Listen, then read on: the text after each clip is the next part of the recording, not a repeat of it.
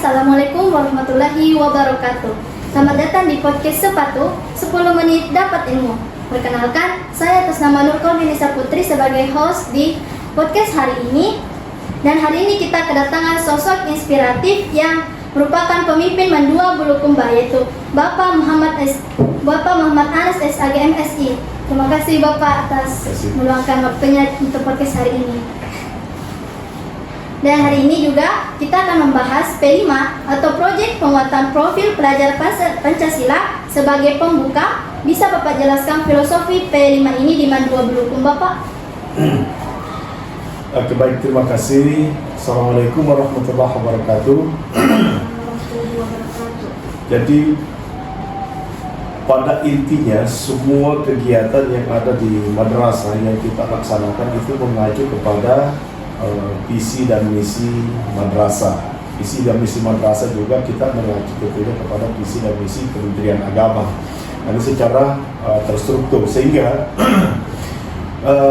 P5 sebagai penguatan profil pelajar, bagaimana pelajar Indonesia ke depan itu memiliki profil yang Pancasilais, mereka paham Pancasila. Maka kita kembangkan P5 itu dalam kegiatan istilahnya tema-tema yang telah ditentukan oleh pemerintah. Nah, itulah yang kita kembangkan, bagaimana kesesuaian di daerah ya, terkait dengan tema-tema apa yang dikembangkan. Ada 7 tema yang dikembangkan di sana.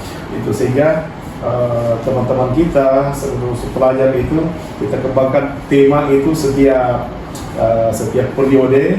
Mereka mengikuti itu untuk mereka kembangkan. Inilah yang nantinya istilahnya itu ada proses di dalamnya, ya, ada proses. Dan ini yang sangat penting. Bagaimana merancang, bagaimana melaksanakannya, bagaimana membuat evaluasi apa yang telah dilakukan itu. Ya, sehingga seperti itu.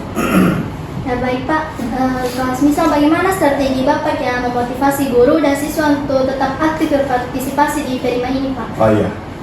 Nah, yang pertama, di awal tahun pembelajaran kami dengan Dewan Guru itu sudah melakukan rapat. Nah, jadi ada rapat mendahului. Nah, di rapat ini kami membuat tim. Kami membentuk tim Wakamat Akademi, kemudian wali kelas apa semua terlibat, dengan guru-guru yang lain itu kita libatkan. Dalam tim ini mereka menentukan tema apa yang kita berikan. Misal di kelas 10 ya, ini kan ada 7 tema. Jadi di kelas 10 itu selama 1 tahun ini itu ada 3 tema. Kemudian di kelas 11 juga ada 3 tema. Di kelas 12 nantinya sisa-sisa 1 tema. Ya, ini kita kembangkan seperti itu. Jadi dibagi-bagi tema seperti itu. Kemudian tim inilah yang berkolaborasi dengan peserta didik, ya, dengan peserta didik. Bagaimana merancang apa di situ sesuai dengan tema yang telah mereka tentukan, ya. Mereka merancang itu di bawah pengawasan kepala madrasah tentunya, termasuk akademi. Kami evaluasi ini setiap saat dievaluasi. Kemudian kami dalam pelaksanaannya di Mandua ini itu bukan dilaksanakan per pekan, ya, bukan dilaksanakan per pekan, tetapi kami blok, ya, di blok. Jadi selama 1 pekan, ya, 1 pekan ini kita blok itu kegiatan peserta didik itu full hanya kegiatan P5. Ya, kami berpikir itu lebih efektif. Awalnya memang di tahun awal kami laksanakan itu per pekan.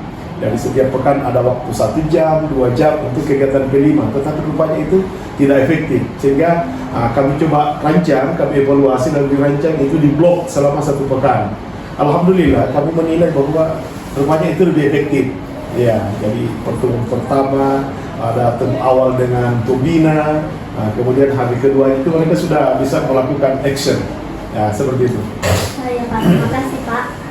Selanjutnya pertanyaan, adakah kendala dalam implementasi P5 ini yang pernah Bapak lakukan selama P5 ini Pak, yang mungkin tahun lalu?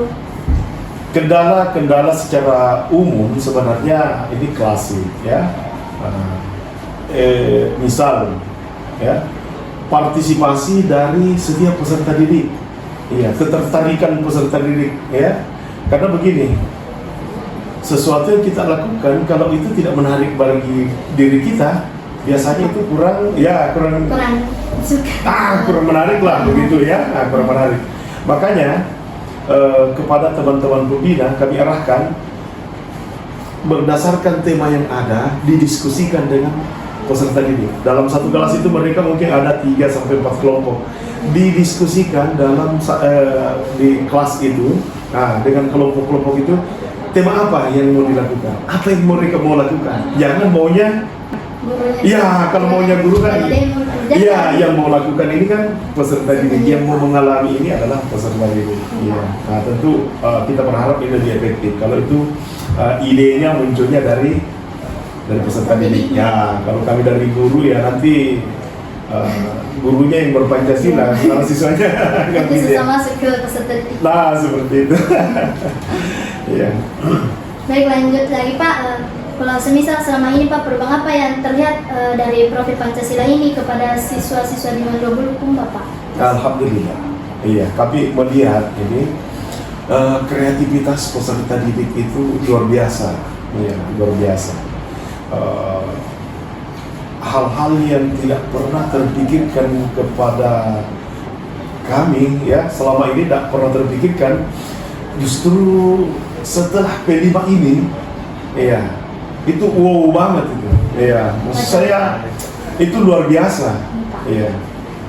Taruhlah misalnya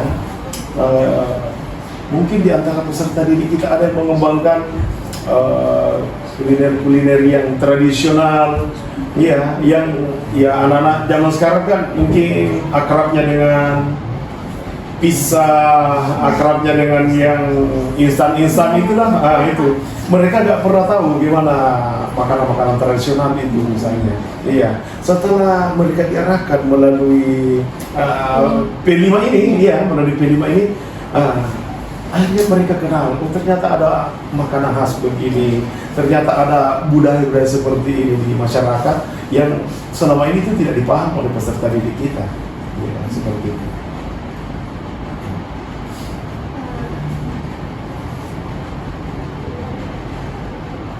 Nah, kalau Bapak sendiri tujuan dari P5 ini dibuat itu apa Pak?